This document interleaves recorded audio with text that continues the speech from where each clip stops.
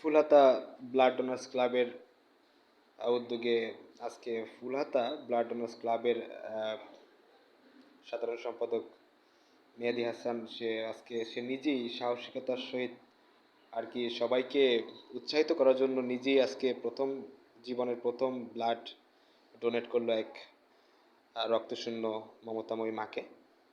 আহ, আসলে রক্তশূন্য মাকে রক্ত দেয়া অথবা যে কোনো পরিবেশী যে কোনো কাউকে রক্ত দেয়া ইবাদতের শামিল ইবাদত হিসেবেই গণ্য।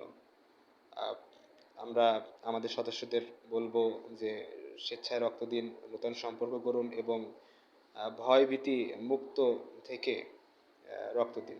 আমরা মেহেদির কথা শুনবো। মেহেদি,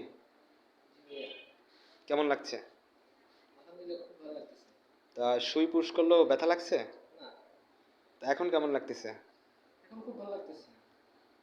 তোমার যারা ভবিষ্যৎ সদস্য এবং বর্তমান সদস্য তাদের উদ্দেশ্য কিছু বলো। আসলে আমি চাই সবাই আসুক, দেখুক। কিছু মানুষ হয়তো ভয়ের ভিতরে আছে, যারা রক্ত দিতে ভয় পায়, কিন্তু আসলে তেমন কিছুই না। অনুভবই হয় না যে রক্ত দিলে বা কোনো সমস্যা হবে বা কিছু। আসুক, পাশাপাশি তারা আয়সা দিক দিয়ে মানুষের সেবায় নিয়োজিত থাকুক। সুন্দর কথা। আসলে দর্শক, রক্তদান, এই রক্তগুলো আমাদের প্রতি সপ্তাহে নষ্ট হয়ে যায়। আমাদের কিডনি এগুলোকে বর্জ্যগুলোকে বের করে দেয় এবং সঠিকগুলোকে রেখে দেয়।